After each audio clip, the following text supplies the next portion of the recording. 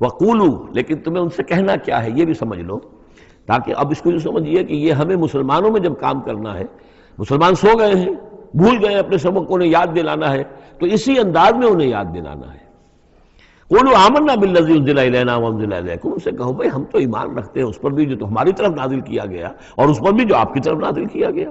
وَإِلَٰهُنَا وَإِلَٰهُكُمْ واحد، اور یہ تو نہیں ہے کہ ہمارا خدا کوئی اور ہے تمہارا خدا کوئی اور ہے، ہمارا الہ اور تمہارا الہ ایک ہی تو ہے۔ وَنَحْنُ لَهُ مُسْلِمُونَ، اور ہم تو اسی کے سامنے فرما بردارانہ اپنا سر جھکا چکے ہیں۔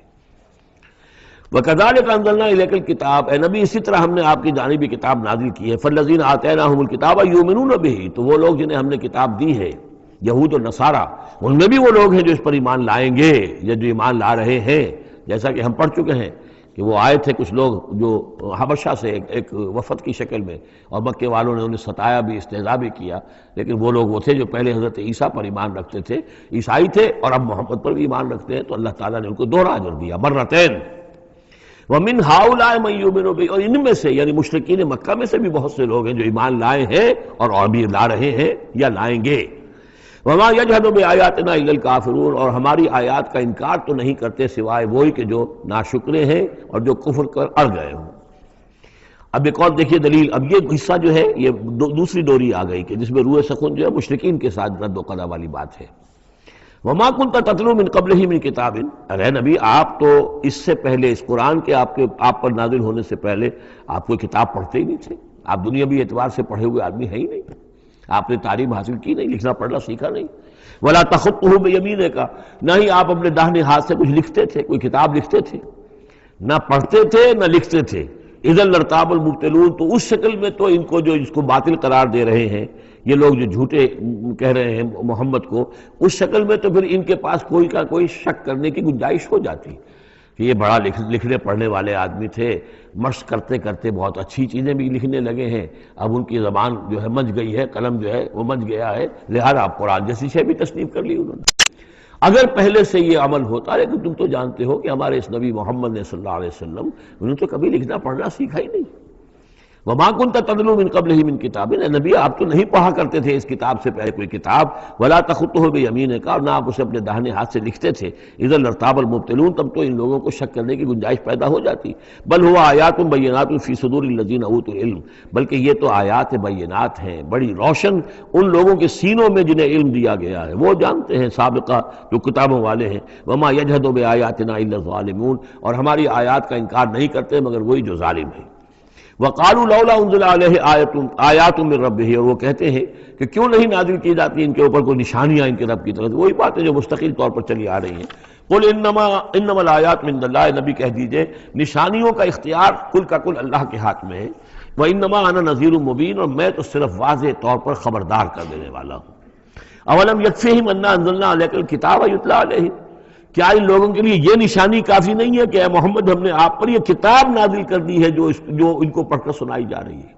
کیا یہ قرآن معجزہ نہیں ہے؟ کتنی مرتبہ ان کو چیلنج کیا گیا اس قرآن جیسی ایک صورت ہی بنا لاؤ، 10 صورتیں بنا لاؤ، کیا یہ معجزہ نہیں ہے؟ کیا یہ عاجز نہیں آ چکے ہیں؟ اولم یکفہم، تو کیا یہ نشانی ان کے لیے کافی نہیں؟ اگر تو حق کا طالب ہو، ہدایت کا طالب ہو، تو یہ نشانی بھی کافی ہے۔ اولم یکفہم انا انزلنا علیک الکتاب یتلی علیہم ان فی ذلک لرحمۃ وذکریٰ لقوم یؤمنون، یقیناً اس میں رحمت ہے اور یاد دہانی ہے، تذکیر ہے ان لوگوں کے لیے کہ جو مانتے ہیں۔ قل کفیٰ باللہ بینی وبین شہیدا بینکم شہیدا، کہہ دیجئے میرے اور تمہارے درمیان اللہ کافی ہے بطور گواہ، وہ جانتا ہے کہ اس نے مجھے رسول بنایا ہے، وہ جانتا ہے کہ قرآن اس نے مجھ پر نازل کیا ہے۔ یعلم ما فی السماوات والارض، وہ جانتا ہے جو کچھ کہ آسمانوں میں اور زمین میں ہے۔ والذین آمنوا بالباطل، اور وہ لوگ جو باطل پر ایمان رکھتے ہیں، وکفروا باللہ، اور اللہ کا کفر کرتے ہیں، اولئک هم الخاسرون، یقیناً وہی لوگ ہوں گے جو خسارے پانے والے ہیں۔ ویستعجلونک بالعذاب، یہ جلدی مچا رہے ہیں کہ لے آؤ عذاب۔ ولولا اجل مسمى، اور اگر پہلے سے ایک وقت معین طے نہ ہو چکا ہوتا، لجاءہم العذاب، تو پھر ان پر عذاب آ چکا ہوتا۔ ولیاتینہم بغتۃ، اور وہ ان پر آئے گا تو اچانک آئے گا، وہم لا یشعرون، اور انہیں پتہ بھی نہیں ہوگا۔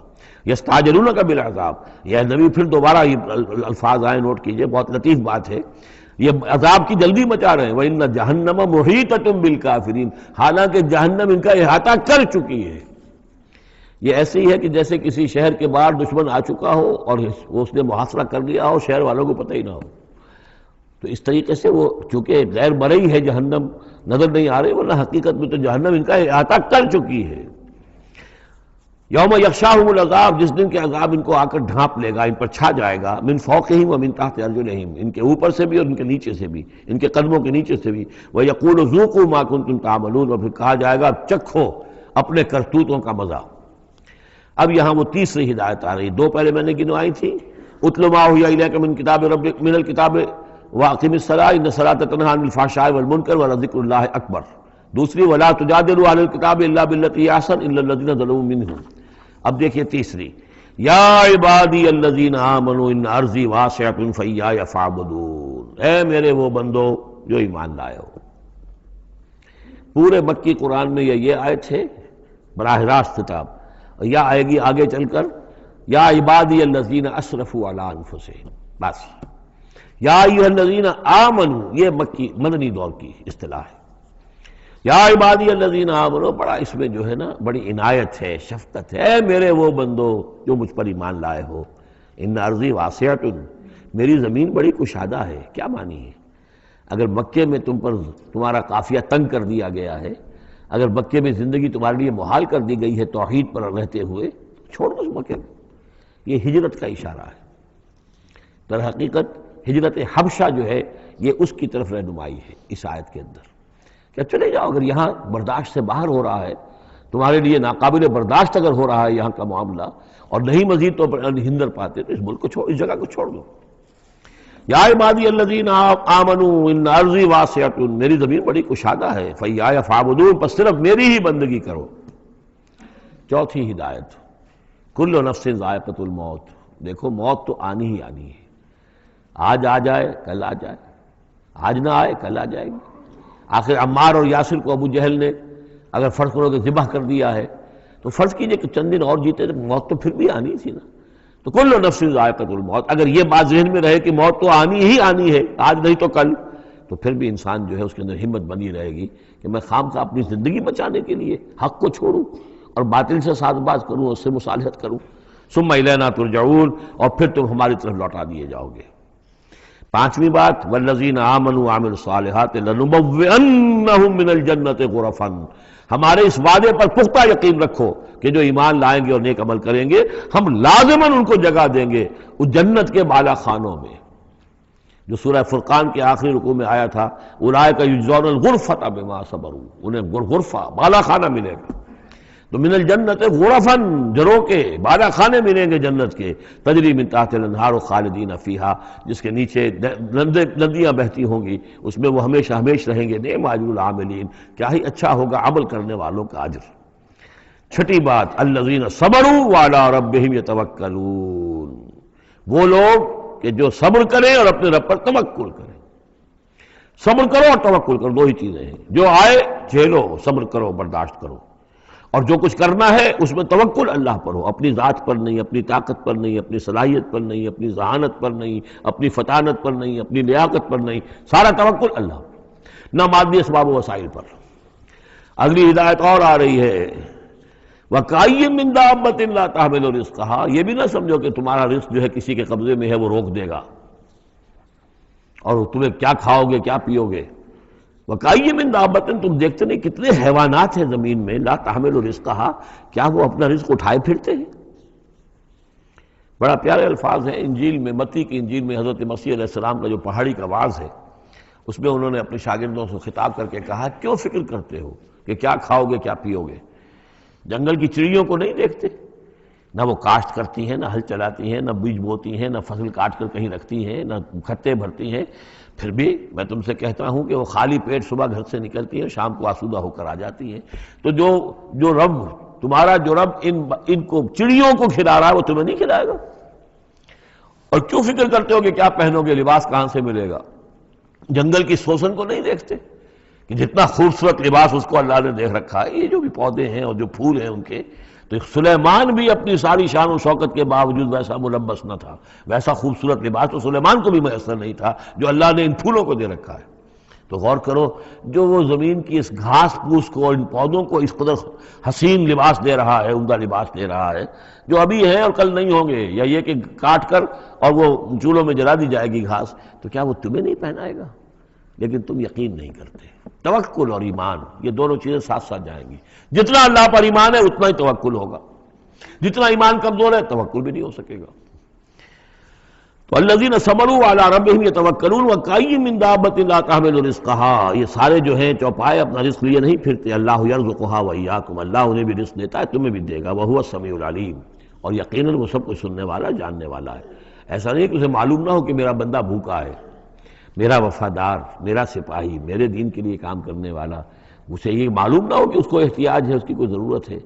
وہ نہ معلوم کس کے دل میں ڈالے گا کہ جو اس کے لیے ذریعہ بنا دے گا اس کو، اور اس کی ضرورت پوری ہو جائے گی۔ اب اس کے بعد وہ دوسری کڑی آ گئی کہ جس میں پھر اب وہ مشرکین مکہ سے وَلَئِن سَأَلْتَهُم مَّن خَلَقَ السَّمَاوَاتِ وَالْأَرْضَ وَسَخَّرَ الشَّمْسَ وَالْقَمَرَ، اگر ان سے آپ پوچھیں گے کس نے پیدا کیا آسمان اور زمین اور کس نے مسخر کیا سورج اور چاند کو، لَيَقُولُنَّ اللَّهُ، وہ کہیں گے اللہ نے، فَأَنَّىٰ يُؤْفَكُونَ، پھر کہاں سے یہ لوٹا دیے جاتے ہیں۔ اللہ یبسط الرزق لمن یشاء من عبادہ ویقدر لہ، یہ اللہ ہی ہے کہ جو اپنے بندوں میں سے جس کے لیے چاہتا ہے رزق کو کشادہ کر دیتا ہے، اور جس کے لیے چاہتا ہے ماپ تول کر دیتا ہے، کم کر دیتا ہے۔ ان اللہ بکل شیء علیم، یقیناً اللہ تعالیٰ ہر چیز پر ہر چیز کا علم رکھتا ہے۔ وَلَئِن سَأَلْتَهُم مَّن نَّزَّلَ مِنَ السَّمَاءِ مَاءً فَأَحْيَا بِهِ الْأَرْضَ مِن بَعْدِ مَوْتِهَا، اور اگر آپ ان سے پوچھیں گے کس نے برسایا آسمان سے پانی اور زندہ کیا زمین کو اس کے مردہ ہو جانے کے بعد، لَيَقُولُنَّ اللَّهُ، وہ کہیں گے فوراً اللہ نے کیا۔ قُلِ الْحَمْدُ لِلَّهِ، کہو پھر کل حمد کل شکر بھی اللہ ہی کے لیے ہے، بل اکثرہم لا یعقلون، لیکن یہ لوگ ان کی اکثریت عقل سے کام نہیں لیتی۔ اب اگلی اور ہدایت آ رہی اہل ایمان کے لیے، وما هذه الحیاة الدنیا الا لہو ولعب وان الدار الآخرۃ لہی الحیوان لو کانوا یعلمون۔ دیکھو مسلمانوں، یہ دنیا کی زندگی تو کھیل کود کے سوا کچھ نہیں، کھیل ہے، کچھ جی کا بہلا لینا ہے، یہ ڈرامہ ہے جو ہو رہا ہے۔ یہاں بادشاہ ہوتا ہے کچھ عرصے کے لیے بادشاہ، جیسے ڈرامے میں بادشاہ ہوتا ہے، لیکن جب مرے گا تو کیا وہ بادشاہت کہاں رہ جائے گی؟ ایسے ہی ڈرامے سے نکل آئے گا، لباس اتار دے گا، تو ایک ایکٹر کا ایکٹر ہے، چاہے وہ فقیر تھا پہلے اس ڈرامے کے اندر، اور دوسرا ایکٹر جو ہے بادشاہ تھا، باہر نکل کر 3 گھنٹے کے بعد دونوں کے دونوں ایک جیسے ہیں، اور وہ نہ وہ بادشاہ بادشاہ ہے نہ وہ فقیر فقیر ہے۔ یہ ہے عارضی سا ہے، لیکن یہ کہ ان الدار الآخرۃ لہی الحیوان، یقیناً آخرت کا گھر وہ ہے اصل زندگی، زندگی وہ ہے۔ لو کانوا یعلمون، کاش کہ ہمیں معلوم ہوتا، لو کنا نعلم، کاش کہ ہمیں معلوم ہوتا۔ یہ بھی نوٹ کر دیجئے، آخرت کو صرف مان لینا کہ ہاں آخرت ہے، بعث بعد الموت ہے، یہ کافی نہیں ہے، یہ معلوم ہو کہ اصل زندگی وہی ہے۔ میں نے جو اس کی تشبیہ جو ہے بیان کی ہے بعض مواقع پر، کہ ایک کتاب ہوتی ہے، اس کا دیباچہ بھی ہوتا ہے، اس کا کوئی ضمیمہ بھی ہوتا ہے، چھوٹا سا ضمیمہ۔ ہمارا جو تصور ہے وہ یہ کہ اصل کتاب زندگی تو یہ دنیا کی زندگی ہے، ہاں ایک ضمیمہ اب لگا ہوا ہے آخرت کا، اس کی اہمیت ہمارے نزدیک اتنی ہے، ضمیمہ ہے بس، دنیا کی زندگی اصل زندگی ہے۔ ہونا کیا چاہیے کہ یہ دنیا کی زندگی تو دیباچہ ہے، اصل کتاب جو ہے وہ آخرت کی زندگی ہے۔ یہ ریشو پروپورشن کم سے کم، حالانکہ ویسے تو فائنائٹ اور انفائنائٹ کے درمیان کوئی ریشو پروپورشن ہو ہی نہیں سکتی، ایک لامحدود زندگی اور ایک محدود زندگی، کیا اس میں ریشو پروپورشن ہوگی؟ لیکن یہ کہ پھر بھی اگر کوئی کرنی ہے تو دیباچہ اور کتاب زندگی اصل موت کے بعد کھلے گی، یہ دیباچہ ہے، یہ مقدمہ ہے۔ ہم نے کیا سمجھا ہے اصل زندگی، کتاب زندگی یہ ہے، ہاں ایک ضمیمہ بھی اس کے ساتھ ہے جس کا نام آخرت ہے۔ فَإِذَا رَكِبُوا فِي الْفُلْكِ، پھر انہی مشرکین سے پھر خطاب ہو رہا ہے، اور یہ مضمون کئی بار آ چکا ہے۔ جب یہ سوار ہوتے ہیں کشتی میں، دعوا اللہ مخلصین لہ الدین، تو پھر یہ اللہ ہی کو پکارتے ہیں اس کے لیے اپنی اطاعت کو خالص کرتے ہوئے۔ فلما نجاہم الی البر، اور جب اللہ تعالیٰ انہیں نجات دے دیتا ہے خشکی کی طرف، اذا ہم یشرکون، تو پھر یہ شرک کرنا شروع کر دیتے ہیں۔ لیکفروا بما آتیناہم، تاکہ یہ ناشکری کریں اور کفر کریں ہماری دی ہوئی نعمتوں کے، وَلَا يَتَمَتَّعُوا، اور تاکہ بس مزے اڑا لیں۔ فَسَوْفَ يَعْلَمُونَ، پھر یہ جان لیں گے۔ الہاکم التکاثر حتی زرتم المقابر، کلا سوف تعلمون ثم کلا سوف تعلمون، اصل حقیقت اس وقت کھلے گی۔ اولم یروا انا جعلنا حرما آمنا، یہ پھر اہل ایمان سے کہا جا رہا ہے، کیا یہ دیکھتے نہیں کہ ہم نے حرم کو ان کے لیے امن کی جگہ بنا دیا ہے؟ وَيُتَخَطَّفُ النَّاسُ مِنْ حَوْلِهِمْ، اور لوگ جو ہے اچک لیے جاتے ہیں ان کے ارد گرد سے. باقی عرب کے اندر تو امن و امان تھا ہی نہیں. أَفَبِالْبَاطِلِ يُؤْمِنُونَ وَبِنِعْمَتِ اللَّهِ يَكْفُرُونَ، تو کیا یہ باطل پر ایمان رکھتے ہیں اور اللہ کی نعمت کا یہ کفران کر رہے ہیں.